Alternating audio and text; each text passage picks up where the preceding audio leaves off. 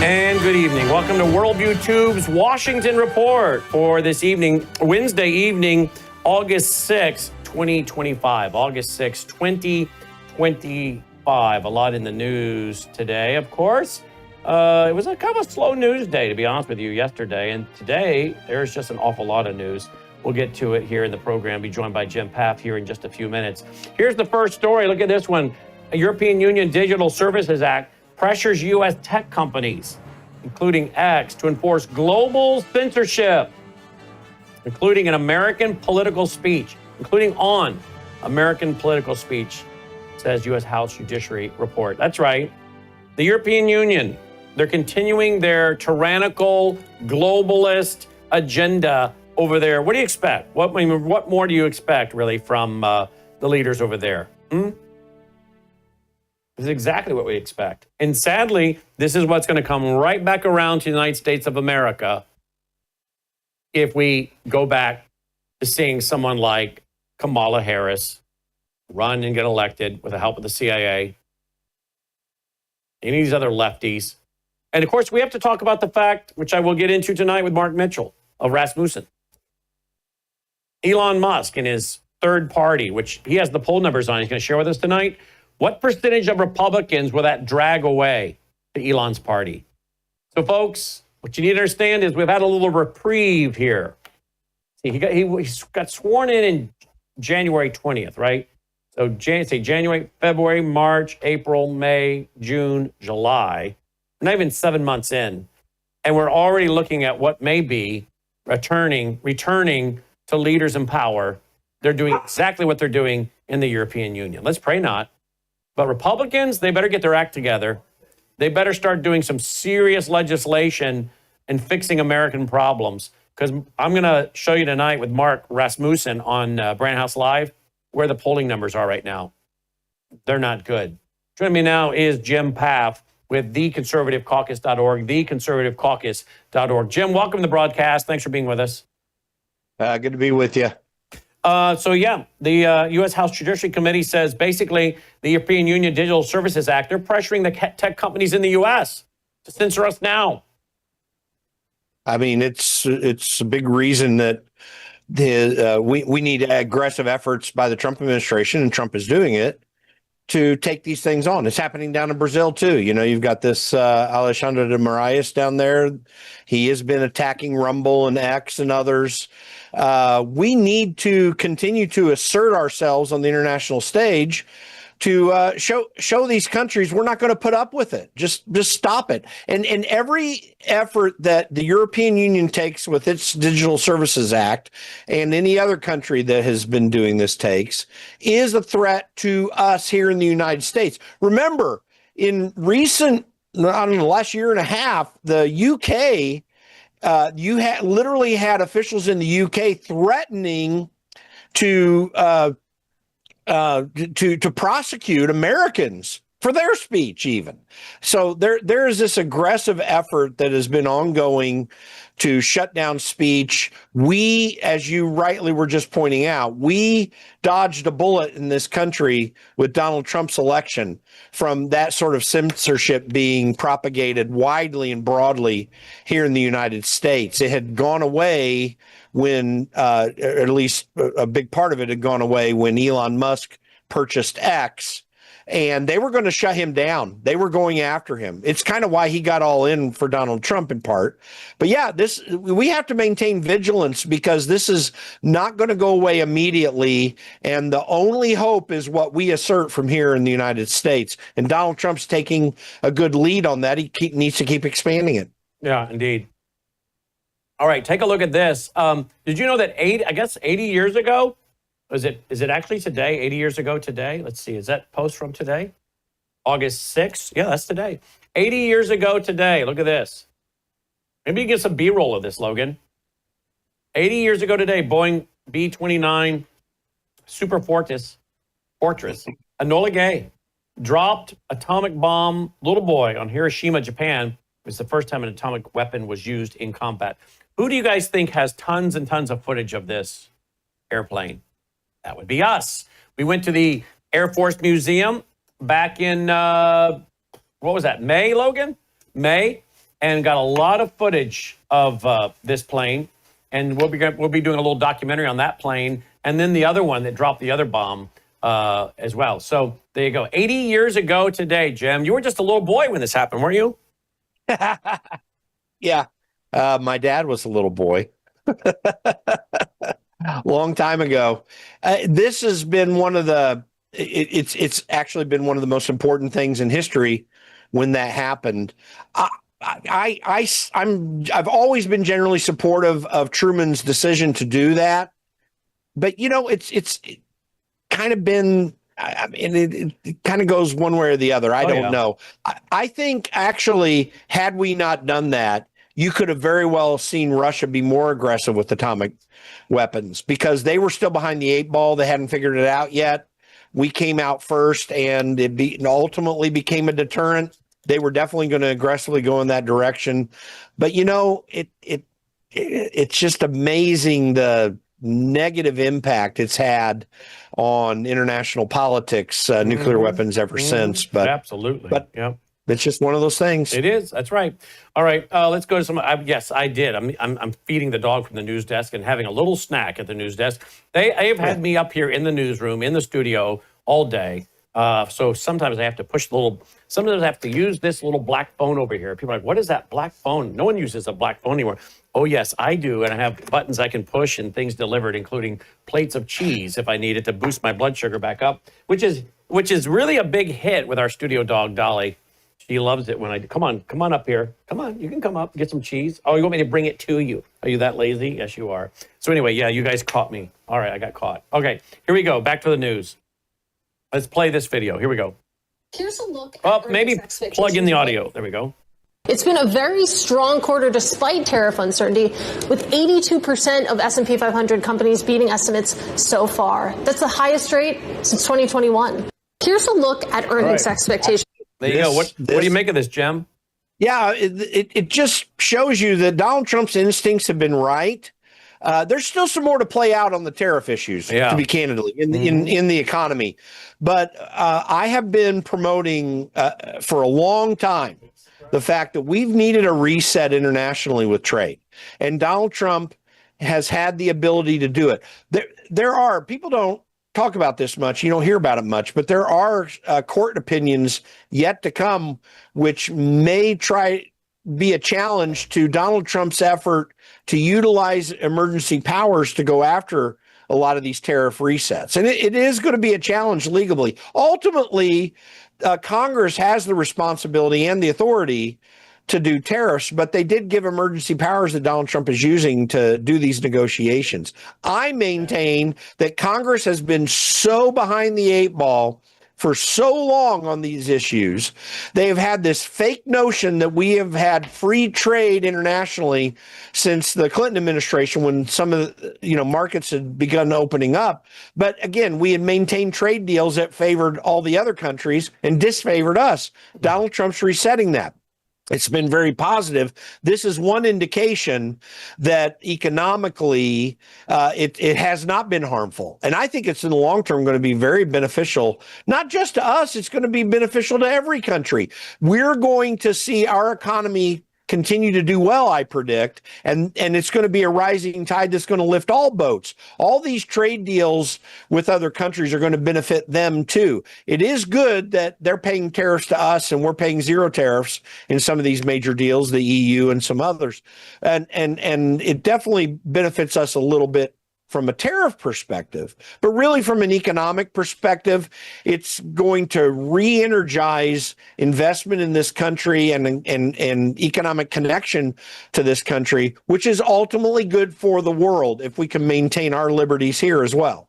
Yeah, absolutely. All right, here is Tulsi Gabbard. Let's see what she has to say.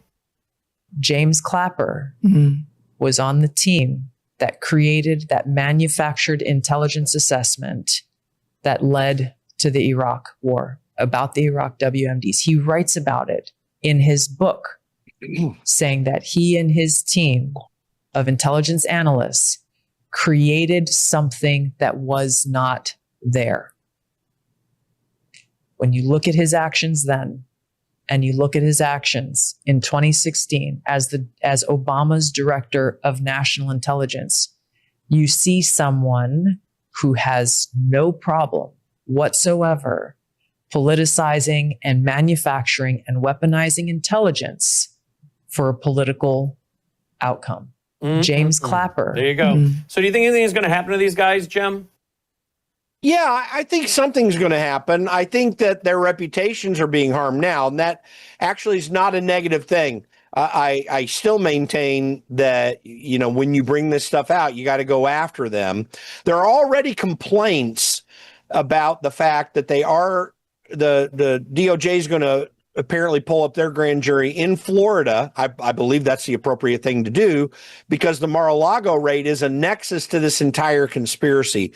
But what this discussion that Tulsi Gabbard had on the Miranda Devine podcast, and Miranda Devine, the New York Post reporter who revealed the Hunter Biden laptop initially, and her posts were taken down. I mean, it's all part of what is a conspiracy of government and a deep state move to shut down discussion. They, in the CIA and the other intelligence agencies, have put the interests of those agencies ahead of the will and the express will of the American people. And James Clapper is just another example of the deep state that has had this consistent effort to run their agenda beyond what the American people need. The lies about the WMDs, and I'll confess here, initially, I bought in to the WMD arguments that were being made before Congress by the Bush administration.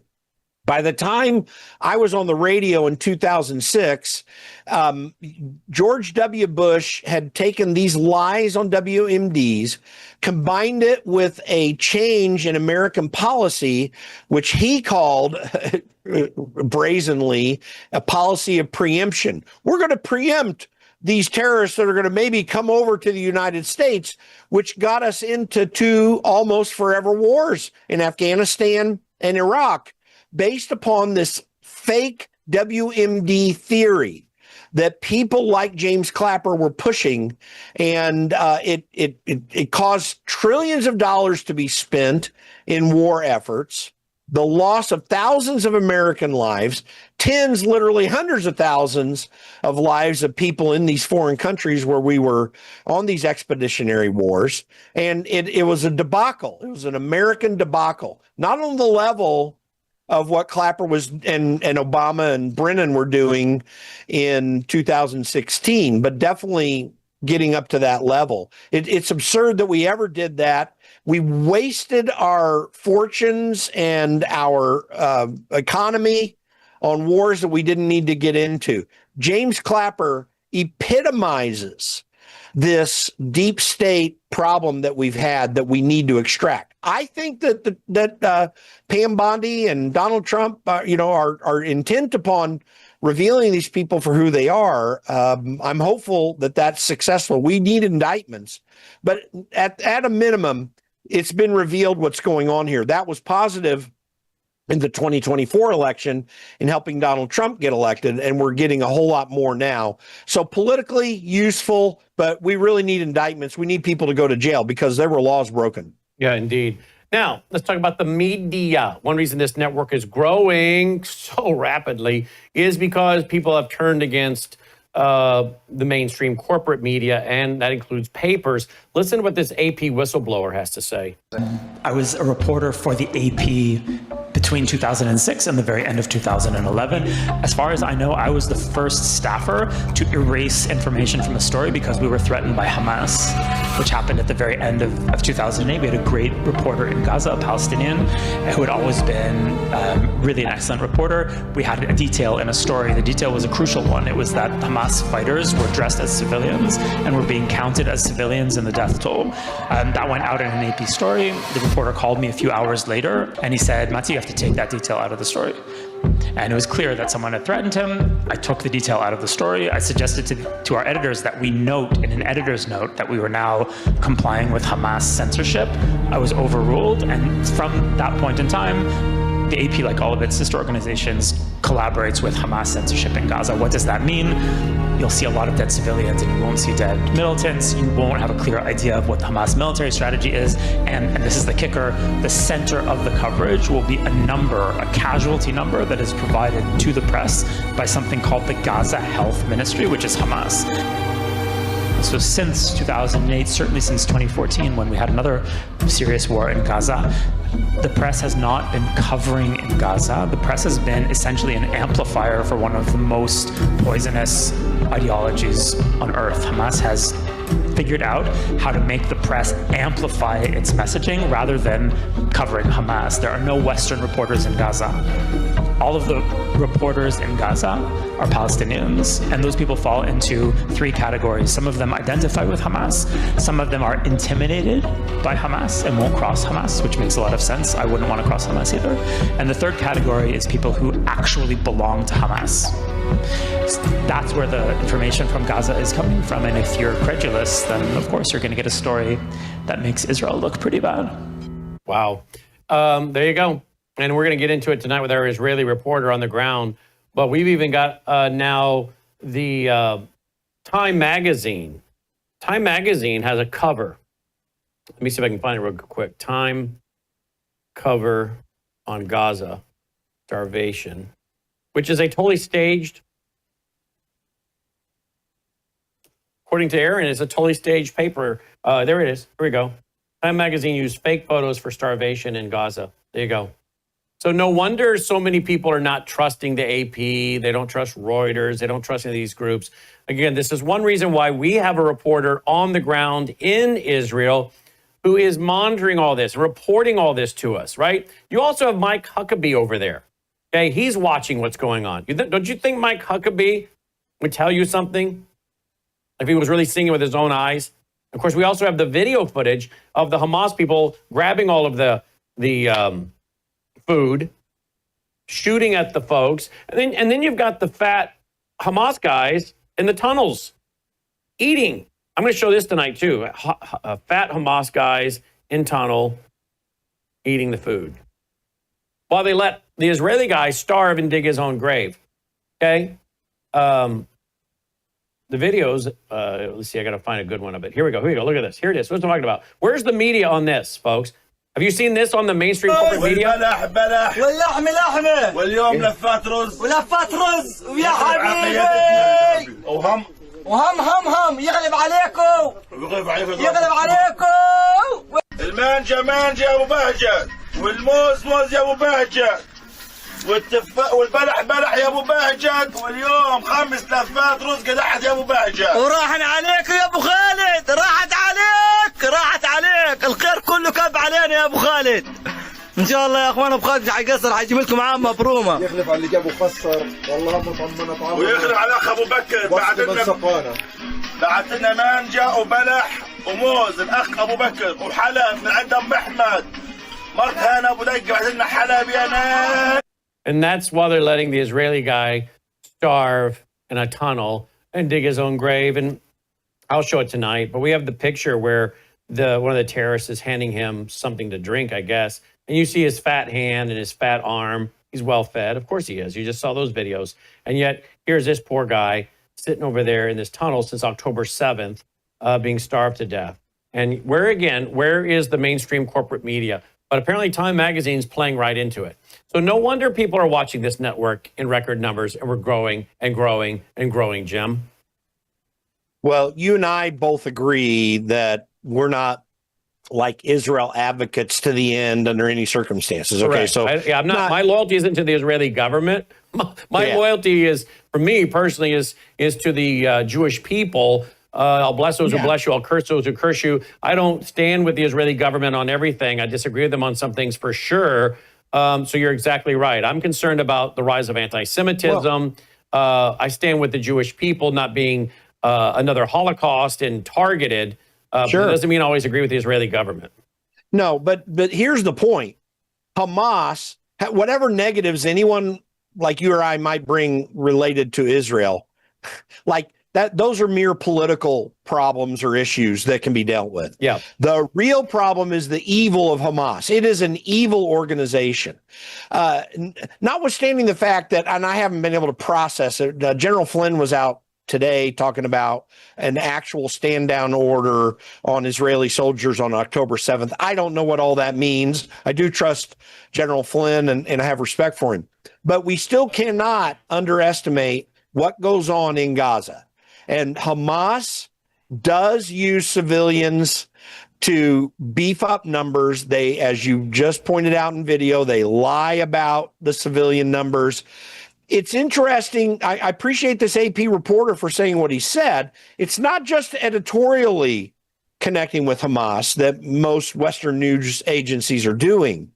It's that they are actually making contracts with these people who are reporting from Gaza who are Hamas people or sympathetic or scared of Hamas. Now, editorially, you just have to throw up your hands and say, we can't get anybody in there. Here's what we're reporting. And by the way, the fact that they won't let us in there, you have a little bit more bias toward the evil of Hamas than any pro-Hamas stuff, and making this thing look far worse than it actually is. Hamas is an evil group. They are killing their own people. They were given hundreds of millions of dollars, nay, billions of dollars of support since 2006. We know that their leaders are living high off the hog. Some of them, multimillionaires sitting in I think Doha, Qatar, and living high off the hog while the people are suffering there. They're scraping off the top. It's another reason to be opposed to USAID money, for example, because it's similar type of funding. There is very real harm being done to the people of Gaza, and apparently a lot of the so-called Palestinian people there are sympathetic with Hamas still. But nonetheless, this is a disaster created by Hamas. And Israel's totally within their rights to go against this evil regime that is there, and militarily and otherwise. They are not honest actors. They're evil actors on the stage. However messed up you want to think about the military effort in Gaza on Israel's part, whatever you want to say there, it's far worse what's going on with Hamas in that region. That needs to be opposed. And kudos for this AP journalist for pointing it out, because it's a far worse and more corrupt system of media than a lot of people typically recognize. This isn't just one weird example of it because of the Gaza war. This is consistently a problem in the regular media that everyone has been trusting in for decades. They're corrupt, they're evil, not in the precise same way that Hamas is, but they are evil because they don't give good information, they don't give real information. It is an unreality facade that they put up for political benefit, because they are political actors, not media actors. Look at this. This is coming out of Great Britain. Jewish man says he was threatened with arrest because he was holding an Israeli flag. And apparently the Jews are being told, take down your Israeli flags. The UK has fallen to Islam big time. Watch this. So, the Metropolitan Police have been accused of two-tier policing again after a Jewish man said that officers threatened to charge him for daring to wave an Israeli flag at the Palestine Action demonstration in London. So, two Jewish counter-protesters said that they received threats from a mob who forced them to hide on a double-decker bus. It was then that they were approached by police officers. We've got a bit of a video clip here of what happened. What did I do, officer? What did I do, officer? No, it's them. Why don't you explain what you've done? I would like to, yeah. You're waving an Israeli flag round. What's wrong with that? Is that a criminal offence? No, it's not, but it is now. Why? Because look at the protesting for Palestine. But that's not my responsibility, is it? How they react? My responsibility, that's what I'm saying. It's my responsibility, so that's why but the way that away with it. If you get chinned or get killed, whose responsibility is that now? It's theirs. Oh, right. They shouldn't be killing, should they, officer? Why are you enabling? Well, I am very pleased to say that one of the Jewish counter-protesters involved in this ordeal is Isaac Grand, who joins me now. Isaac, thank you very much for coming in. Thank you, Patrick, for having me. So the police basically threatened you with arrest for waving an Israeli flag, is that right? That's completely correct. We were there with a friend of mine. We waved an Israeli flag. We said, glory to Britain, jihad us out of here, etc., etc. And at that point, we're surrounded by 40, 50 people from Palestine Action, who's soon to be categorized as a terrorist organization. And as we're surrounded, they get increasingly violent, increasingly hostile. They try and steal our flag from us. They start to push us around. And the police really just watch us quite from afar. And it is at that point they get increasingly violent and the police are forced to intervene. Well, that's the UK. I mean, that's fallen. I mean, it's crazy what they're doing over there with the Muslims. Well, you can't look at these disagree with police Islam. Yeah, look at these police officers going along with this. That's stupid, too. By the way, that news agency, they're under threat. They hid the guy's badges and his face. And they probably have to do that because that media agency is going to be subject to criminal penalties as well. Here's what's the problem with woke. Woke always leads to authoritarianism because it only benefits certain groups that are favored at the expense of other groups that are under criminal threat and physical threat. I mean, if the people that are pro-Palestinian, pro-whatever, that were there offended by the Israeli flags have liberty to speak and protest and do what they're doing, why doesn't someone that has the Israeli flag? There are favored groups that is becoming Islamized, that entire country.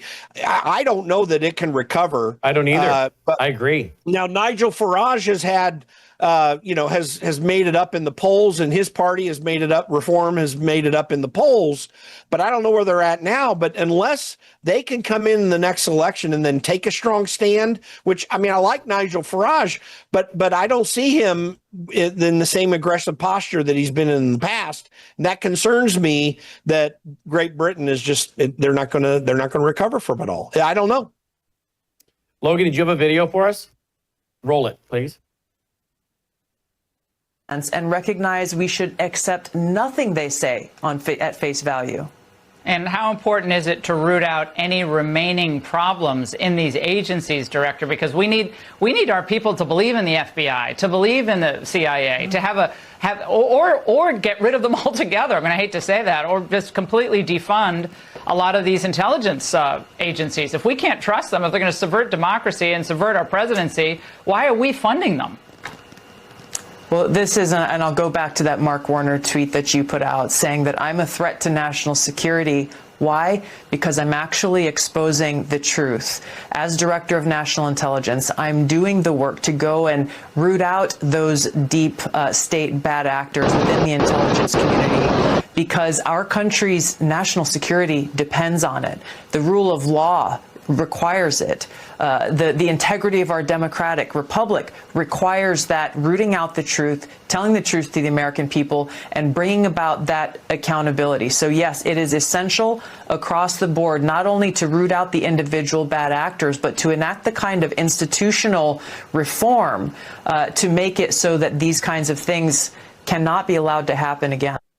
Yeah, that's for sure. This is a critical time. She is pointing out what needs to be done, hopefully that they can be successful within this effort. But we have a fourth estate within the federal government called the deep state, rightly. They are undermining the American people. They're undermining elected officials. Mark Warner and some other elected officials, Republican and Democrat. Tom Cotton's trying to take Tulsi Gabbard's power away by proposing legislation so that she doesn't have the authority that she has right now. What's up with that? That's deep statey. These politicians need to get off their duffs. They need to stand up for the American people. It's absurd, the lies that they will continue to put out there. Tulsi Gabbard's patriot doing the work that is going to help us survive as a country, hopefully. And let's remember, as we go off the air tonight for Worldview 2's Washington Report, August 6th, it's the solemn date of the 2011 shoot-down of Extortion 17. The Navy SEALs, the largest loss of life in their history. Here is Aaron Vaughn, the son of Billy and Karen Vaughn, close friends of ours, who we've produced their show, and they're in our documentary Siege and Sabotage, remembering the Americans on board Extortion 17. May God save America. Take care.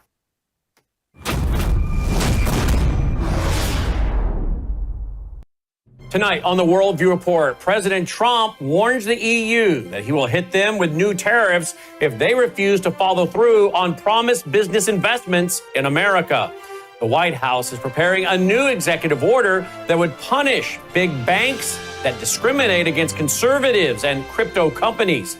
The state of Texas has requested the help of the FBI in tracking down and arresting rogue Democrat lawmakers who fled the state, all in an effort to sabotage a critical redistricting vote.